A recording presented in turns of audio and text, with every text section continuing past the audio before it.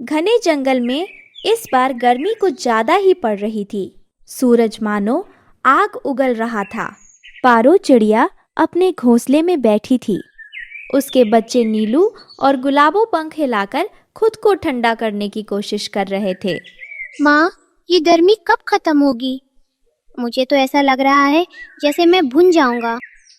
हाँ माँ, कल तो मैंने तालाब में नहाने का सोचा था, लेकिन वहाँ तो पानी ही नहीं था। थोड़ा सब्र रखो बच्चों, हर साल गर्मी के बाद बारिश आती है और जब बादल महाराज आते हैं तो पूरा जंगल फिर से हरा भरा हो जाता है। अगले दिन सुबह अचानक मौसम बदलने लगा। ठंडी ठंडी हवा चलने लगी, सूखे पत्ते उड़ने लगे और आसमान में काले बादल दिखाई देने लगे। माँ, जल्दी देखो, आसमान कितना काला हो गया है। हाँ बच्चों, लगता है बादल महाराज आ गए हैं। कुछ ही देर में आसमान से एक विशाल बादल नीचे उतरा। उसकी बड़ी बड़ी आंखें थी। प्रणाम जंगलवासियों, मुझे पता चला है कि तुम सब गर्मी से बहुत परेशान हो, इसलिए मैं तुम्हारे लिए बारिश लेकर आया हूँ। महाराज, जल्दी कीजिए, कल तो मैं गर्मी से आधा पक गया था, आज पूरा पक जाऊंगा। चिंता मत करो बेटा, अब मैं आ गया हूँ और आज पूरे जंगल में जमकर बारिश होगी। इतना कहते ही बादल महाराज ने अपने हाथ आसमान की ओर उठाए और देखते ही देखते तेज बारिश शुरू हो गई। तालाब भरने लगे, पेड़ झूमने लगे और पूरा जंगल खुशी से नाच उठा। वाह, कितना मजा आ रहा है, ऐसा लग रहा है जैसे पूरा जंगल लहा रहा हो। महाराज, आपका बहुत बहुत धन्यवाद। आपकी वजह से जंगल में फिर से जान आ गई है। उधर भूरा और भूरी भी बारिश में नहा रहे थे। भूरा जी, सोचिए, अगर बारिश सिर्फ हमारे पास होती तो सबसे ज्यादा फल हमारे पेड़ पर लगते, सबसे ज्यादा पानी हमारे पास होता। बात तो तुम्हारी सही है। भूरा सोचने लगा। कुछ देर बाद उसके चेहरे पर एक खतरनाक मुस्कान आ गई। अगर बादल हमारे घर के ऊपर बंध जाएं, तो बारिश कहीं और नहीं जाएगी। वाह भूरा जी, आज पहली बार आपने सचमुच समझदारी वाली बात की है। अब देखना, कुछ ही दिनों में पूरा जंगल हमसे पानी मांगेगा। भूरी की आंखें चमक उठी। दोनों जोर जोर से हंसने लगे। रात हो चुकी थी, पूरा जंगल सो रहा था। सिर्फ झींगुरों की आवाज सुनाई दे रही थी। उधर बादल महाराज आसमान में आराम से सो रहे थे। उन्हें बिल्कुल अंदाजा नहीं था कि कोई उनके पीछे पड़ा हुआ है। बस थोड़ा और पास, आज के बाद बारिश हमारी होगी। भूरा एक ऊंचे पेड़ की टहनी पर बैठकर पूरी ताकत से बड़ी रस्सी को बादल महाराज की ओर फेंकता है। रस्सी अचानक उनके ऊपर गिर जाती है और बादल महाराज की आंख खुल जाती है। अरे, ये क्या कर रहे हो? मुझे तुरंत छोड़ो। माफ कीजिए महाराज, लेकिन आज से आप हमारे खास मेहमान हैं। कुछ दिनों तक आपको यहीं रहना होगा।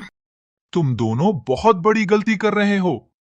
अगर मैं यहाँ बंद गया तो पूरे जंगल में सूखा पड़ जाएगा। हमें जंगल से कोई मतलब नहीं, हमें तो बस अपने घर पर बारिश चाहिए। बाकी सब जैसा चाहे वैसा करें। भूरा और भूरी ने मिलकर मोटी मोटी रस्सियों से बादल महाराज को अपने घर के ऊपर बांध दिया। अगली सुबह बादल महाराज गायब थे और बारिश का कहीं नामो निशान नहीं थी। उधर भूरा अपने घर के बाहर कुर्सी लगाकर बैठा था और मजे से नारियल पानी पी रहा था। कुछ दिन बीत गए, लेकिन स्थिति और खराब होने लगी। जंगल के छोटे तालाब पूरी तरह सूख गए और पक्षियों को पानी ढूंढने में मुश्किल होने लगी। वाह भूरा जी, क्या शानदार योजना थी आपकी। पूरा जंगल पानी के लिए भटक रहा है और हमारे पास पानी की कोई कमी नहीं है। मैंने कहा था ना, अब असली मजा आएगा। कुछ दिन और रुक जाओ, फिर सारे पक्षी हमारे पास मदद मांगने आएंगे। कुछ दिन बाद पूरा जंगल पानी की कमी से परेशान हो गया। अब सिर्फ एक छोटा सा तालाब बचा था। सभी पक्षी वहीं इकट्ठा हुए। पारो, नीलू, गुलाबो और जंगल के बाकी पक्षी सब पानी पीने आए थे। मुझे एक बात समझ नहीं आ रही, इतने दिनों से बारिश क्यों नहीं हुई और बादल महाराज भी कहीं दिखाई नहीं दे रहे। सच में माँ, मैंने भी बादल महाराज को कई दिनों से नहीं देखा। पारो कुछ देर सोचती रही, फिर उसकी नजर अचानक भूरा और भूरी को ढूंढने लगी। एक बात और अजीब है, जंगल के लगभग सभी पक्षी यहाँ हैं, लेकिन भूरा और भूरी कहीं दिखाई नहीं दे रहे। अरे हाँ, मैंने भी उन्हें कई दिनों से नहीं देखा। माँ, कहीं भूरा चाचा को पता तो नहीं कि बादल महाराज कहाँ हैं? नीलो की बात सुनकर कई पक्षी हंस पड़े, लेकिन पारो नहीं हंसी। उसके मन में अब शक पैदा हो चुका था। बच्चों, चलो मेरे साथ, मुझे भूरा के घर जाकर देखना होगा। पारो अपने बच्चों के साथ भूरा के घर की तरफ उड़ने लगी और उसे बिल्कुल अंदाजा नहीं था कि वह बहुत जल्द जंगल का सबसे बड़ा रहस्य देखने वाली है। जैसे जैसे वो करीब पहुंच रहे थे, बारिश की आवाज और तेज होती जा रही थी।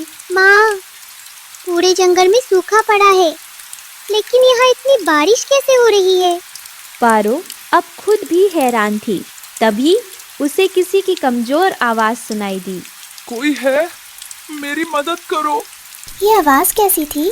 पारो और उसके बच्चे धीरे धीरे ऊपर देखने लगे। बादल महाराज मोटी मोटी रस्सियों से बंधे हुए थे।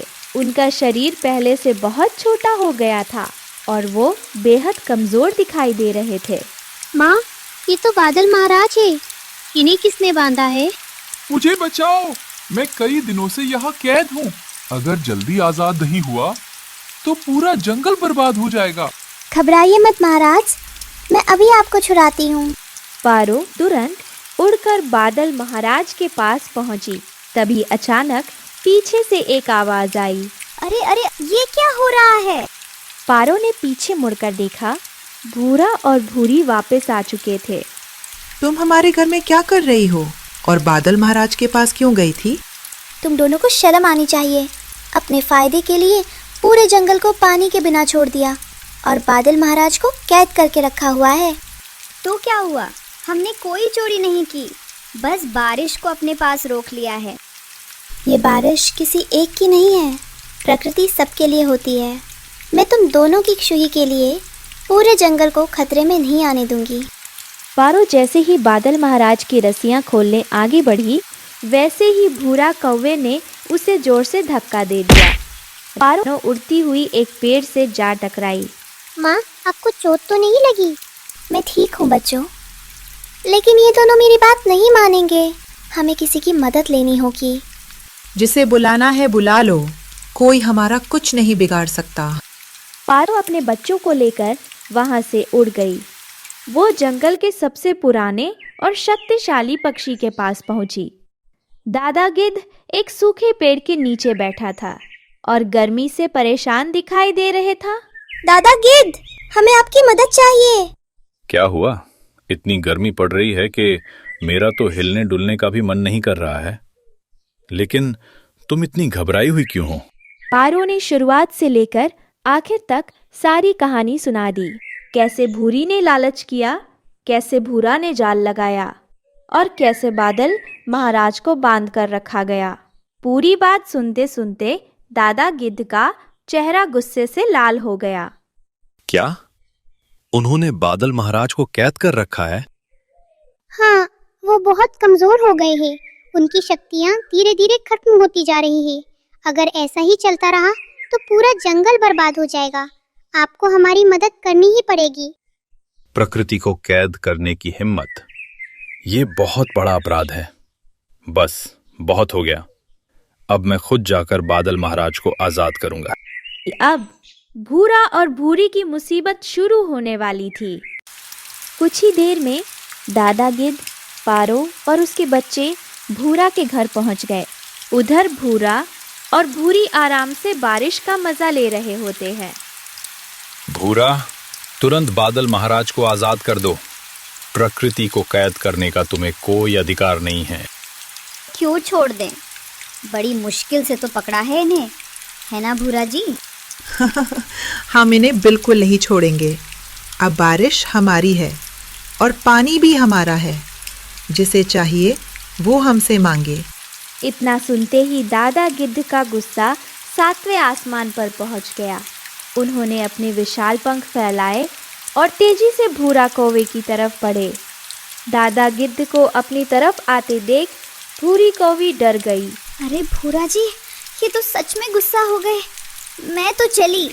भूरी तुरंत पीछे हट गई, लेकिन भूरा वहीं खड़ा रह गया। अगले ही पल दादा गिद्ध ने अपने मजबूत पंजों से भूरा को दबोच लिया और उसकी जमकर पिटाई शुरू कर दी। अरे बचाओ, कोई तो बचाओ। भूरी कहाँ चली गई? हटाओ हटाओ इस गिद्ध को मेरे ऊपर से। उधर दूसरी तरफ पारो चिड़िया तेजी से उड़कर बादल महाराज के पास पहुंच गई और अपनी तेज चोंच से रस्सियों पर वार करने लगी।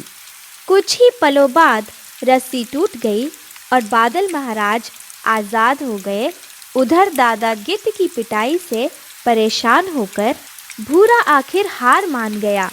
तभी आसमान से बादल महाराज की गूंजती हुई आवाज सुनाई दी।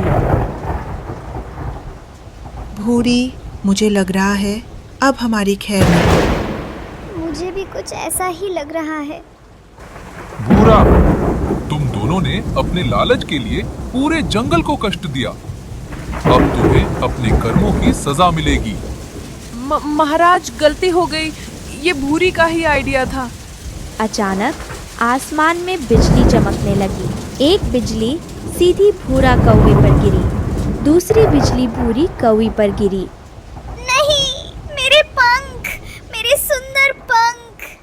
दोनों के शरीर से धुआं निकलने लगा। उनके पंख बिखर गए थे।